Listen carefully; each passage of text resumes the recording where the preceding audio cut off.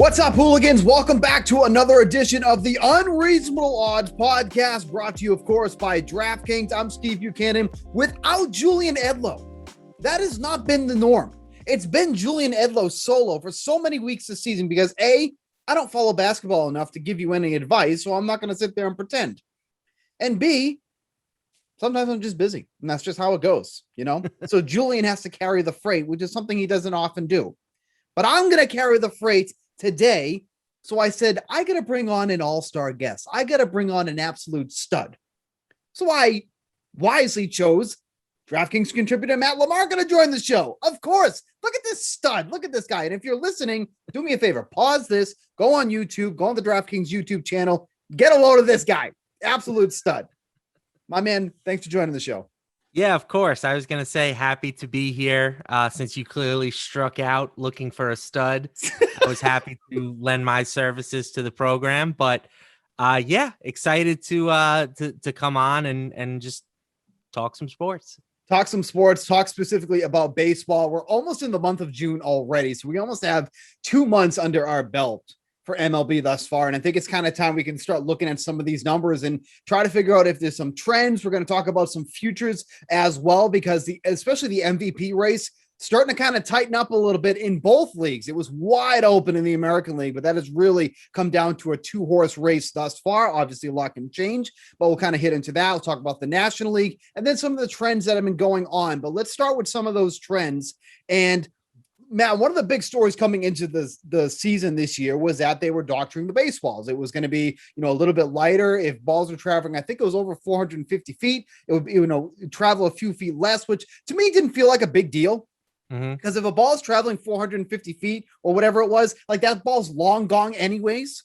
So it really didn't matter. So like maybe StatCast data will be a little off, but at least from what the numbers are telling us, it seems to be potentially affecting some of the betting trends that are going on in the season. And one specifically I wanted to point out was the over-unders. Now, there's still a lot of baseball that has to be played.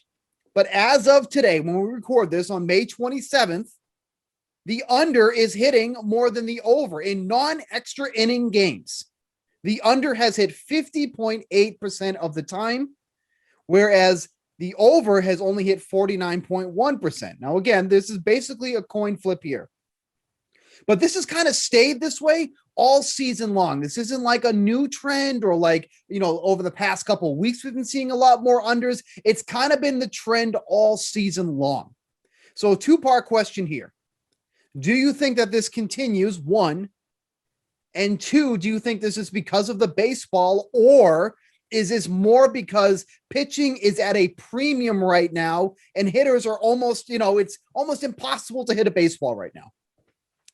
I think it's more the baseball than anything else. I mean, we haven't seen a drastic change in the pitchers versus the hitters compared to last year, right? But, last year there were 17 teams that averaged at least 1.25 homers per game. Yeah. This year that number's down to 8.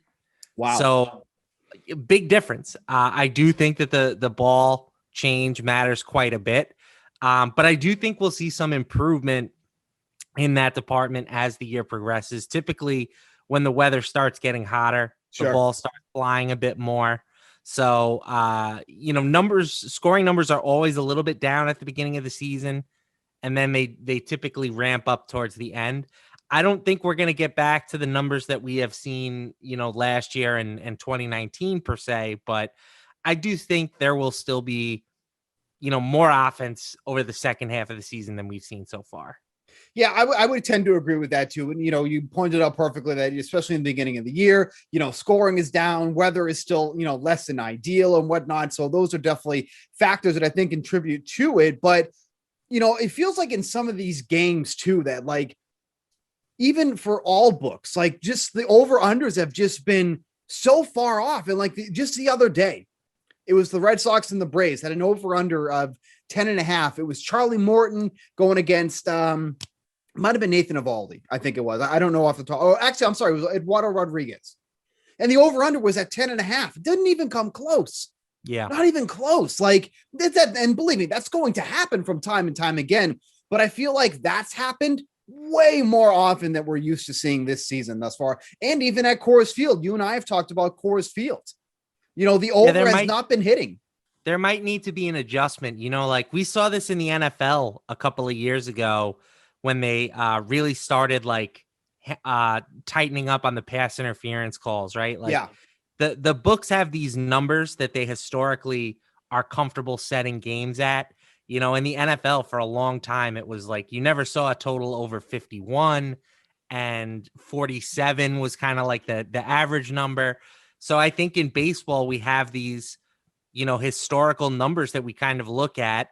And, typically you see 9.5, 10 in some places. But if the scoring is really going to continue to stay down because of the baseball and, like if you have guys gearing up with the launch angle and trying to elevate the baseball, but it's not traveling as far, that's a problem. Sure. Chris Bryant, right? He made the whole thing about how he's not doing the launch angle anymore. He's hitting down on the ball now, and he's having the best season of his career. So I think the combination of everybody's trying to hit home runs with a ball that doesn't travel as far, that's really like it's a double barrel concern. So again, I do think the numbers heat up, but you're right. Maybe there does need to be a little bit of an adjustment on the sportsbook side. Another thing I wanted to bring up too, looking at underdogs, is they've been absolutely crushing on the run line. They're hitting at almost 60% on the run line so far this season. This is underdogs on the run line. I'm not big on playing the run line. I think it's just kind of, it's definitely not my favorite bet. Like, obviously, when it comes to spreads, football is king. That's where everybody likes to take, spread bets. Not so much in some of the other sports. Basketball probably has, probably second if I had to guess, but like hockey, baseball, really not a big factor. But when I see a number like that underdogs are hitting at just under a 60% clip, then I'm like, okay, am I potentially missing out on some value here or some place to get profit? Because at least in my opinion, and feel free to disagree on this one, I think baseball is by far the hardest sport to bet on because the unpredictability is so massive in baseball. Like you look at football, football is predictable in some sense. Like I just feel like baseball is the hardest sport to exploit. So when I look at something like underdogs doing as well as they are on the run line, then that kind of grabs my attention. Any thoughts on that? So I will agree that it's a lot of variance in baseball betting, but I will disagree about it being the hardest sport just for this reason. If you are playing a lot of underdogs, which is typically how I like to bet baseball, sure, you don't even need to be a 50% better to be profitable. Right. So like you said, the run line has been great this year for underdogs, but let's just look at the money line. So if you just blindly bet every underdog this season, you'd be 322 and 406. That's a 44% cover rate. Yeah.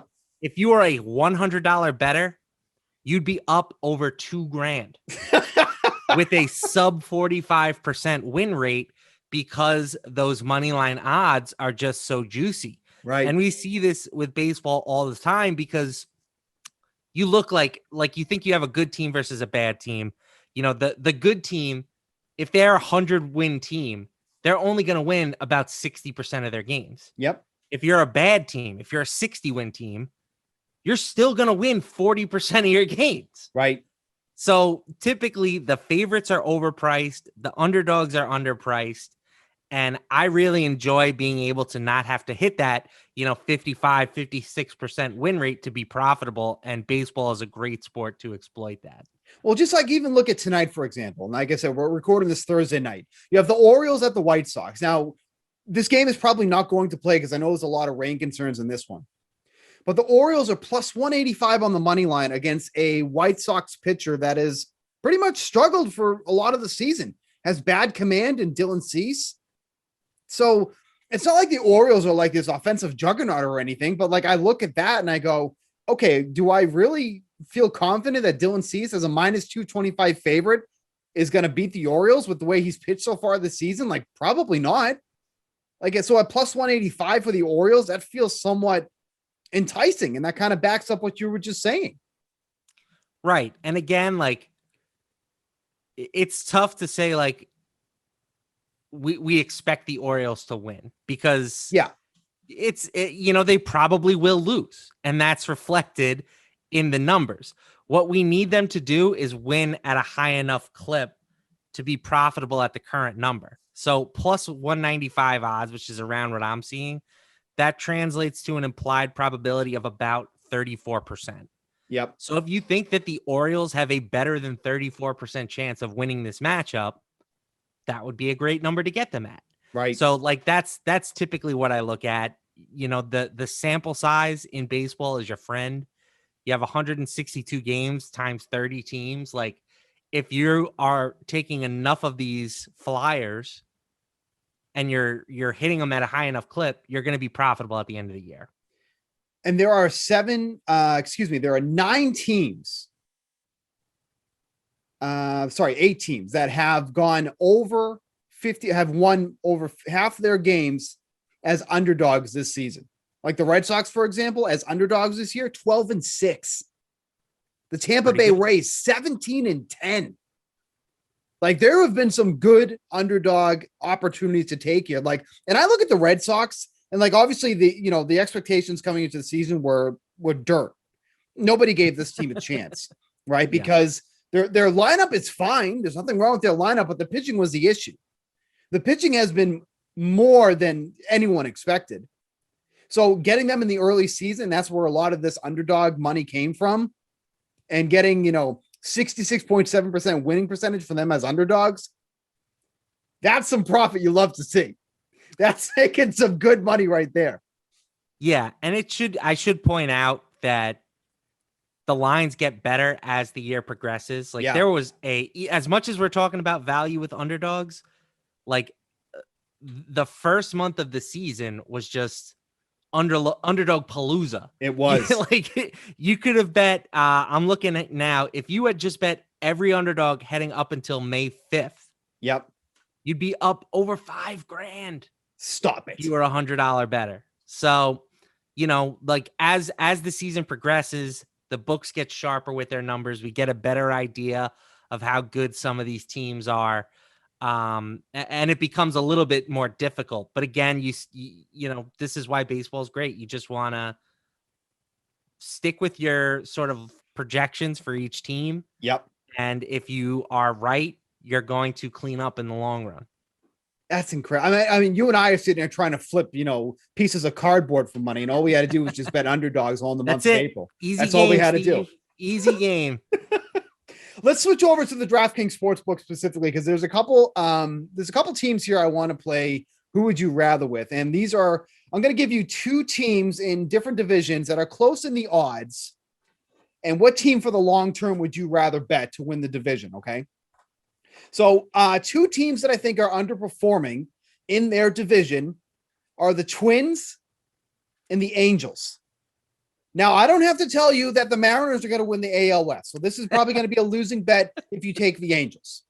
Got it. But looking at where they started off at the beginning of the season to where they are now, which one do you think would be a better or more profitable one to take here? The Twins at 18-1 to win the AL Central, or the Angels to win the AL West, which is going to lose, but I will take your opinion anyways, at 20-1. Now, I think it's fair to say the Twins have been a massive disappointment so far. Probably the biggest in baseball. The AL Central was expected to be a 2-team race between the White Sox and the Twins. It has been anything but that. As we record this today on Thursday, May 27th, the Twins are 20-29, only ahead of the Tigers in that AL Central. So that means the Royals are ahead of them, who have cooled off dramatically, by the way. The Indians are ahead of them, who I thought could actually be 4th in the division. I didn't expect them to be doing well. And then the White Sox sitting atop, all pretty, even with that dope Tony La Russa at manager. They're 1st in the division right now. And then quickly in the AL West, Oakland is leading the division there, followed closely by Houston, and then Seattle's right there at 3rd at 5.5 games back. Very close division there. So of those 2 teams, which one would you feel more confident in? This one for me is pretty easy. I think it's the Twins. Okay. We all thought the Twins were good heading into the year.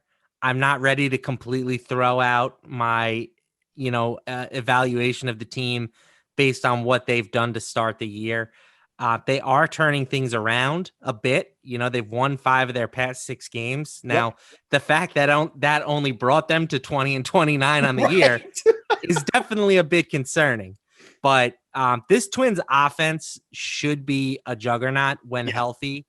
I mean, we all expected them to hit, and that was before Byron Buxton emerged as an MVP candidate. Right. He should be back within the next couple of weeks, I think. He's it sounds like he's on the verge of starting a minor league assignment. Yep. The big issue with them is their pitching. Right. But that's always been an issue with them, Yes, like it's correct. been an issue for years. Yes. I think that, especially bullpen pitching, it can be cyclical. Like you can get some improvement in that department. It's also the easiest area to address in the trade market. We see a lot of relievers and stuff get moved every year before the deadline. So I also just think it's going to be an easier division to win. Yeah. I do think the White Sox are very good, but I feel better about their chances of catching them than I do the Angels' chances of catching the Astros, especially when you factor in that they don't have Mike Trout. I mean, that's really the bottom line, right? Right. This team can't win with Mike Trout. How are they going to win without Mike Trout? Exactly. Yep. I agree. And what's amazing too about that AL West is that Oakland is in first with a -11 run differential.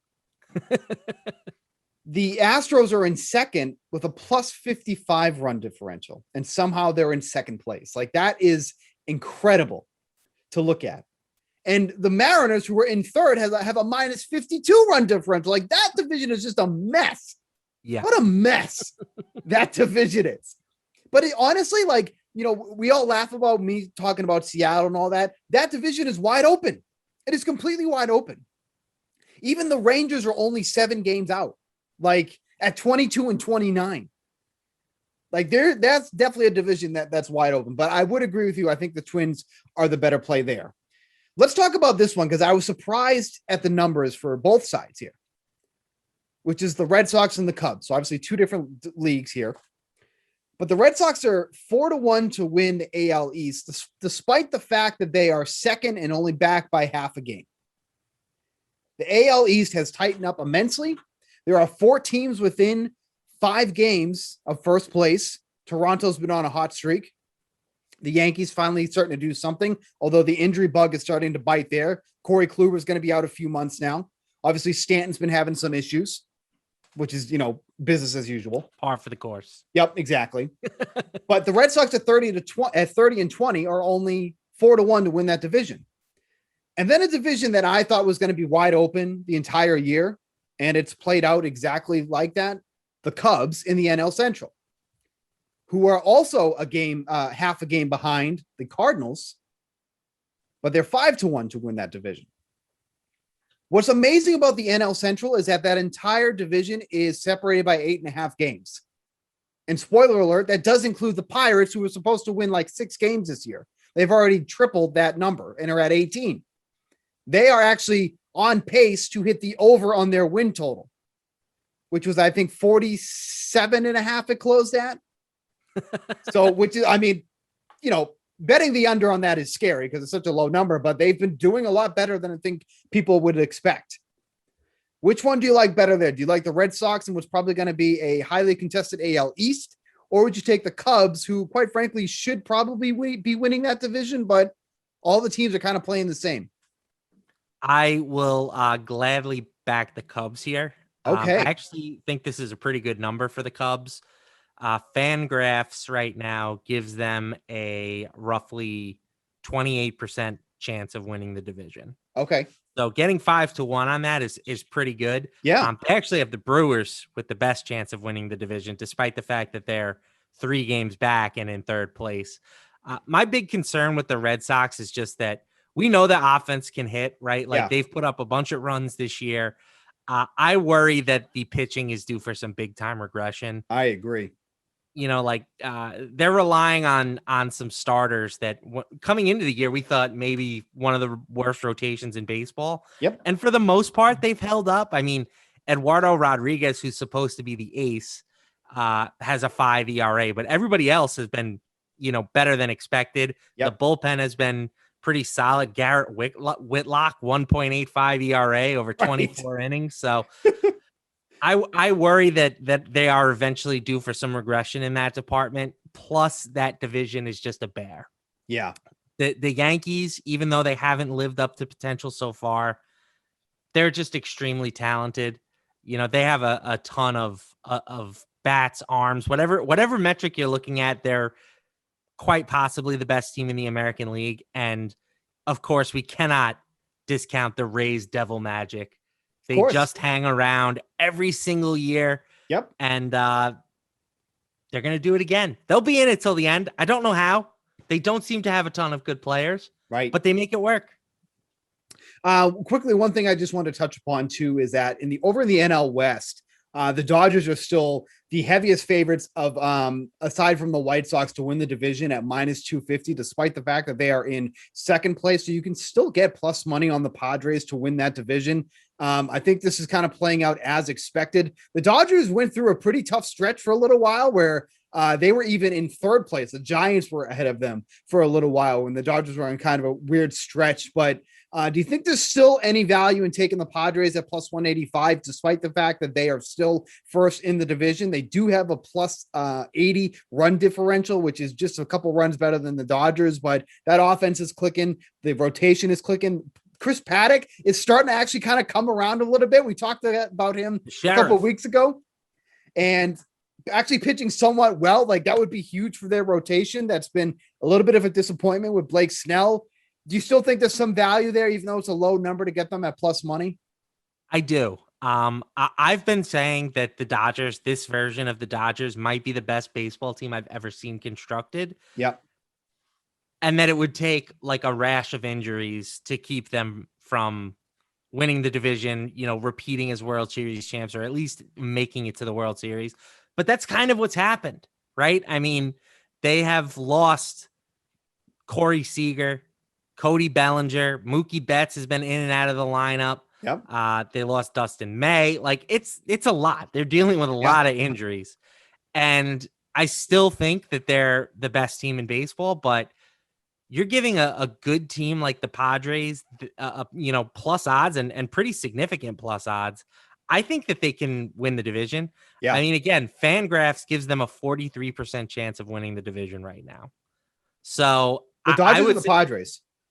The Padres. Wow. Okay. They still have the Dodgers favored. Okay. But if you're getting better than, like plus 150 on the Padres, that to me represents a pretty good number. Yeah, I agree on that too. And that should be such a fun race throughout the rest of the year to see those two teams kind of duke it out. It's funny that the Giants are still kind of hanging in there too. They actually have the exact same record as the Dodgers at 30-19, which is not something I would ever think of heading into the month of June, that the Giants were not only hanging around, but the same record as the Dodgers. But obviously the sportsbook are giving them no chance to win that division, as they should. Even though they're in third and in the same record as the Dodgers, they are 25-1 to win the division, which is amazing. It's absolutely incredible. Let's talk about some of the futures that are still on the board too, as well. You can obviously bet the league MVP. And one that I wanted to kind of point out specifically was the National League, which is Ronald Acuna at plus 280. He's the favorite right now. And Fernando Tatis Jr., who of course has not missed a bunch of games due to COVID and injury. We thought his season was over. I was panicking because I'm a huge Tatis investor, so I was panicking. And now he's back and he looks literally like his normal self. You can definitely tell with his swing that he's compensating for the shoulder, because he doesn't, and this is coming from somebody who hasn't played baseball since high school, but he definitely doesn't finish his swing. You know what I mean? Like you definitely see him kind of hold up at the end, but he's still blasting the ball. I was going to say, whatever he's doing, I suggest he keeps doing it. Yeah, I don't care what you do. I don't care if you hit it with one hand. If you're still blasting it, then by all means.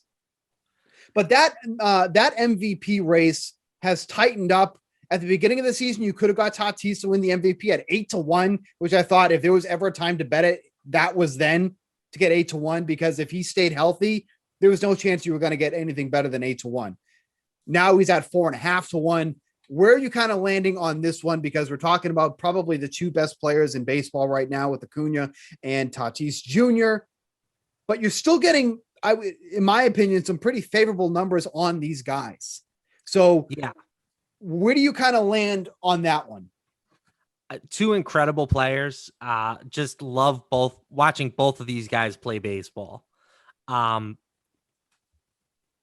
good as Acuna has been, I think Tatis, if not for the injury, Tatis might be, like a minus favorite right now. Right.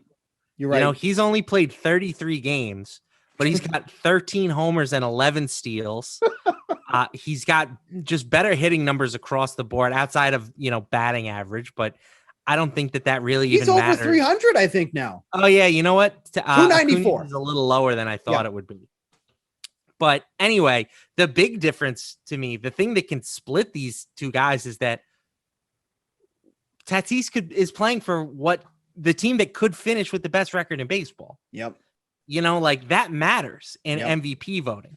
If the Braves season continues to tank, and I do think the Braves will turn things around, but like that NL East is looking like the equivalent of the NFC East from the football season. Like an over 500 record might win that thing. Right. So if you have the storyline of Tatis leading the Padres to the division title over the Dodgers, yep, I think he'll win the MVP in that case, as long as he stays healthy. Yep. One long shot that I wanted to point out, and he's kind of really jumped up the board, is Jacob deGrom at 12-1. At this point, it's like, where does it stop for him? Like, where does he start to regress? Because it doesn't look like anytime soon at all. Even with being on the sideline for about, 2 weeks or so? Like, he's still one of the top guys to win MVP. I mean, that doesn't overly happen often with pitchers, but, obviously with Tatis and Acuna in the same league, it's going to be tough to beat both of them. But if you want to talk about somebody who can be a long shot and have a very legitimate chance of winning, like 12-1 for Jacob deGrom, when do those numbers start to fall even lower? Because they could be coming. Yeah, I mean, truly, truly a remarkable season so far. Yeah. I mean, do I think that he finishes the year with a sub-1 ERA?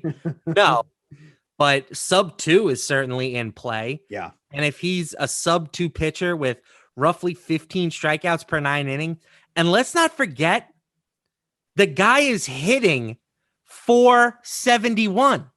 Yeah. The Mets might need to start suiting him up at third base or something. Like he's basically Shohei Ohtani of the National League. And I'm like half joking about that. Obviously, deGrom's hitting numbers are going to regress, but like the guy is just an athlete. He legged out a hustle double the other day. Like what pitcher does that? Right.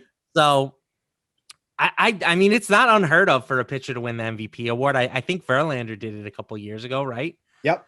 So I don't hate that bet. I mean, you have to deal with the Mets, and there's always the stink that comes with placing your money on the Mets, who I think their medical staff is led by Dr. Doolittle at this point.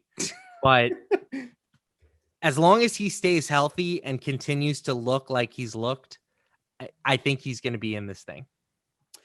Real quick, I just want to hit on the American League too. I just looking at some of the numbers here. Obviously, Mike Trout was the favorite coming into the season. He was minus 120, I want to say, when the season began, obviously with the injury, and he's going to be out. I think it's a couple months that they were saying that he's going to be out. 6 to 8 weeks, I see. Okay, yeah. So he has fallen all the way to 18-1. So, I mean, if there was ever a time to cash in on a potential Trout MVP season, here's your opportunity here, because you're never going to get that type of number on him. But his teammate, Shohei Ohtani, has switched to the favorite at plus 125, followed by Vlad Guerrero Jr. at plus 370. And then it's basically the rest of the field after that. Nobody has better odds than Jose Abreu, Judge, and Trout, all at 18-1. I don't feel like this is a time to place a bet on the MVP on the either of the two favorites right now with Ohtani and Guerrero. This is probably the worst number you're going to get for Vlad Guerrero. And I don't want to take away from anything that he's done this season, but this is obviously not the time to be betting that. Like, you either should have done that at the beginning of the season or you need to wait again. Like, plus 370 is not a good number to get him at. Ohtani, I'm still kind of on the fence about too as well. And his hitting has been phenomenal. His pitching has been okay, I guess. Like, I feel like just because he's a two-way player, his pitching is getting a lot more praise than it should be, because if he was just a pitcher, you wouldn't be talking about this guy at all, you know? I mean, 2.37 ERA. No. 13.5 strikeouts per 9 innings. I get it. No, I get it. But he walks a lot of guys. His command is shaky. You know, he has a lot of struggles against lefties. Like, for me, like, I look at a couple, like some of those things and I say, something's probably going to give here at some point, you know? And that's kind of what I was alluding to. Like, no, the numbers you gave, yes, of course, you know, they've been phenomenal, but there's some red flags there. I should have explained that a little bit for better. sure. I agree with you that Ohtani at plus 125 is not a good bet. No, it's a bad bet.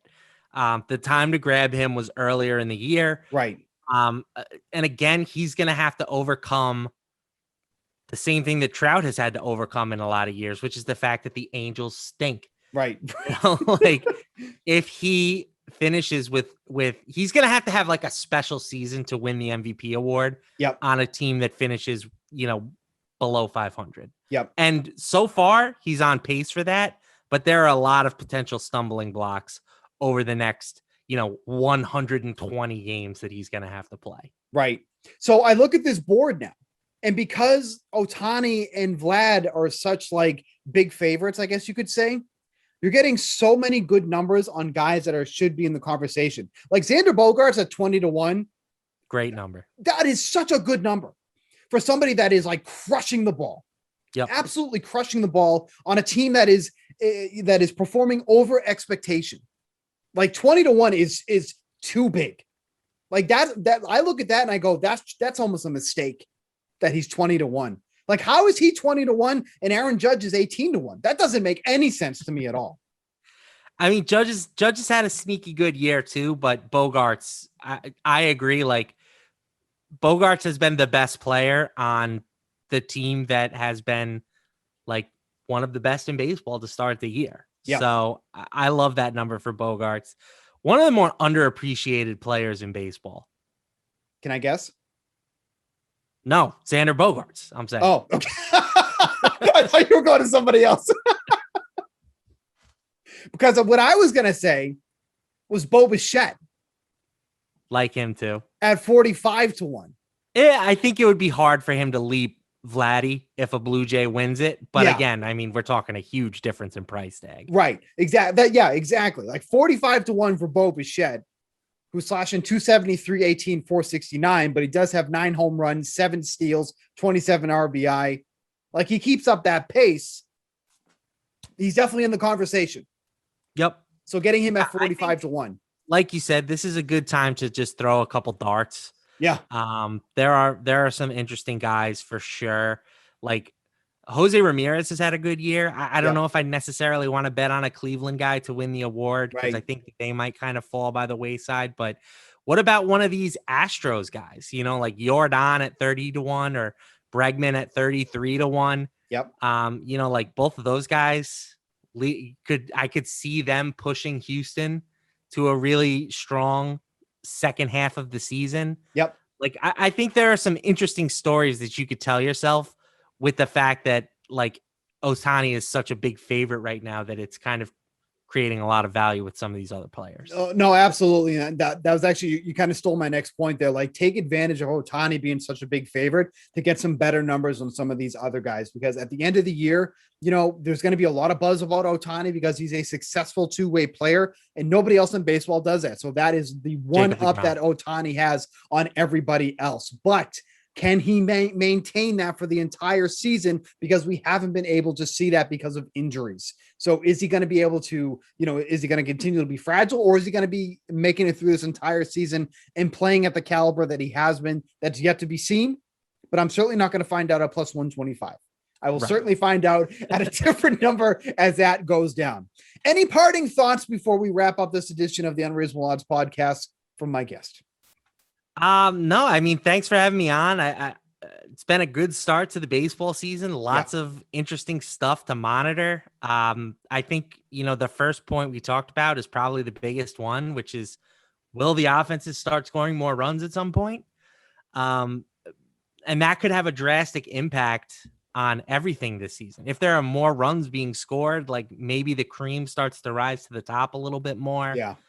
But the way things stand right now, like you kind of alluded to, it's been an underdog season, and unless the scoring picks up, I think it's going to stay that way.